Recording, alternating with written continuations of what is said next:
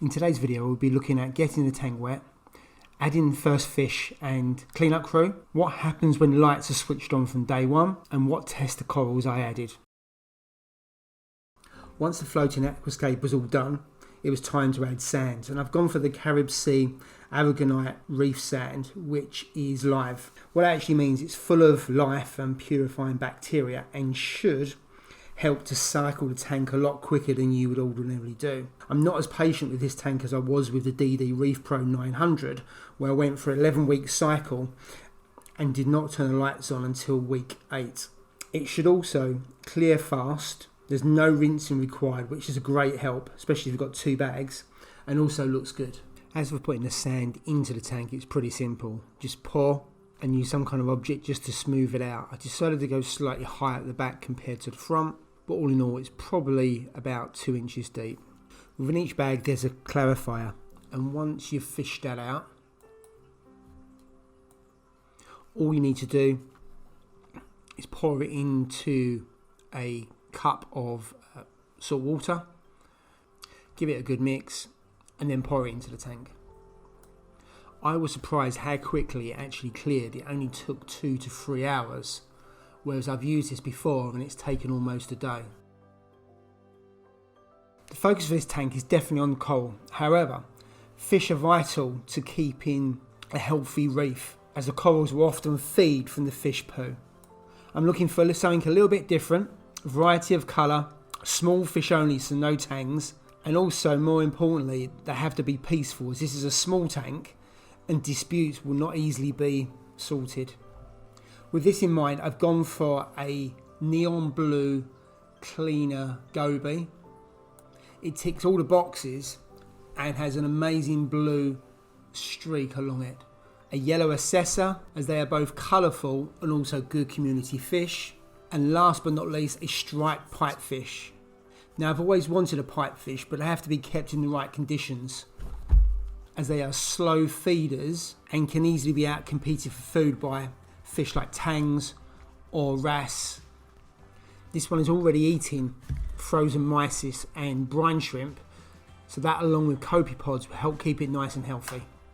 As for acclimating fish, I do not use a tube and drip. Instead, I pour water from the bags the fish come in and remove excess water, but leave enough for them to swim in. And then over a 20-30 minute period, I then add water from the tank back into the bucket. I've been using this method for about 6 years, and I've only ever lost 1 fish within the first 24 hours, and that was a wrasse that disappeared into the sand, never to be seen again. So I guess it's been quite successful. My approach to cycling this tank has been completely different to startups, as I have been using both Cypher-X and also MaxBex bioballs in the previous setup and this 170 for the past 2 to 3 years. When I empty the display, I continue to keep the sump running and ghost fed the sump every couple of days to prevent the bacteria from dying off. Hopefully this has worked and will not trigger a cycle. However, I have been ghost feeding the tank for 3 weeks before putting the fish in. I have, however, added a bottle of Dr. Tim's one and only bacteria just before adding the fish, as insurance against any ammonia. As for the fish, well, these pictures were shot probably about 2 weeks after they'd been in the tank. The pipefish is almost my favourite and is eating well on copepods and also on frozen mysis. The flow is just about right, as I have one MP10 running about 50%. Swims out in the open a lot of the time and is a joy to watch. The neon blue goby again is eating well. Colour, the blue streak has just popped as it's been in the tank and is growing in confidence and coming out more and more. As for the yellow assessor, I must admit I'm a little bit disappointed. It doesn't come out very often. It stays within the hollow cave and only really comes out to eat.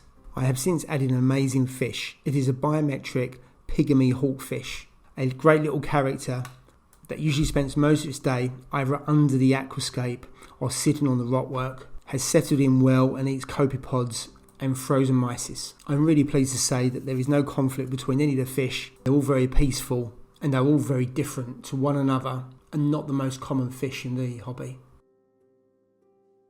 Within about a week to 10 days getting the tank wet, I had an outbreak of diatoms that must have lasted about 2 weeks before dying out. This was soon followed up by an outbreak of both cyano and green hair algae on both the rockwork and sandbed. The good news is the rockwork is beginning to die off, but the sandbed is being a bit more stubborn. I do not plan to add any chemicals or any water changes. I'm just going to let it die out of its own accord, as it does not affect corals or fish. So what has triggered the outbreak? Well, certainly putting the lights on from day one has probably not helped, as that has stimulated the growth of the algae, and also using dead rock that, despite being cleaned, has been unused for about 5 years. This is definitely a very different experience to when I set up the DD Reef Pro 900, where I cycled a tank for 11 weeks. I will leave a link at the end, just in case you want to see what I did.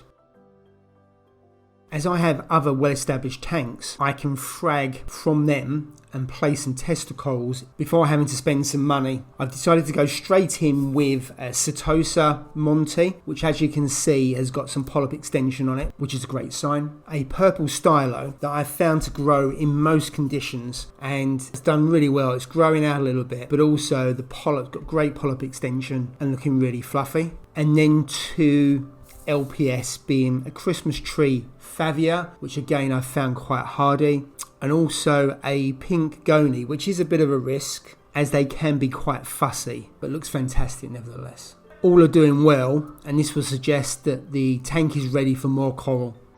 Like I say, a big thank you for all those people who support this channel by watching, liking and subscribing. I was really pleased and humble when I issued the last video on the floating aquascape and how many likes I got, and also how many people watched it. But also that it split the reefing community because there's actually more dislikes than likes. But hey, some people agree with some of the stuff I do and some people don't. Exciting news from next week, will be live streaming on this channel, but also teamed up with the Bearded Reef, Monty's Aquarium and Jay's Real Reef UK to bring you some live streams every week. It'd be great if you can join us. Those 3 channels are great channels, and I'll leave a link below if you want to check them out. Thanks for watching.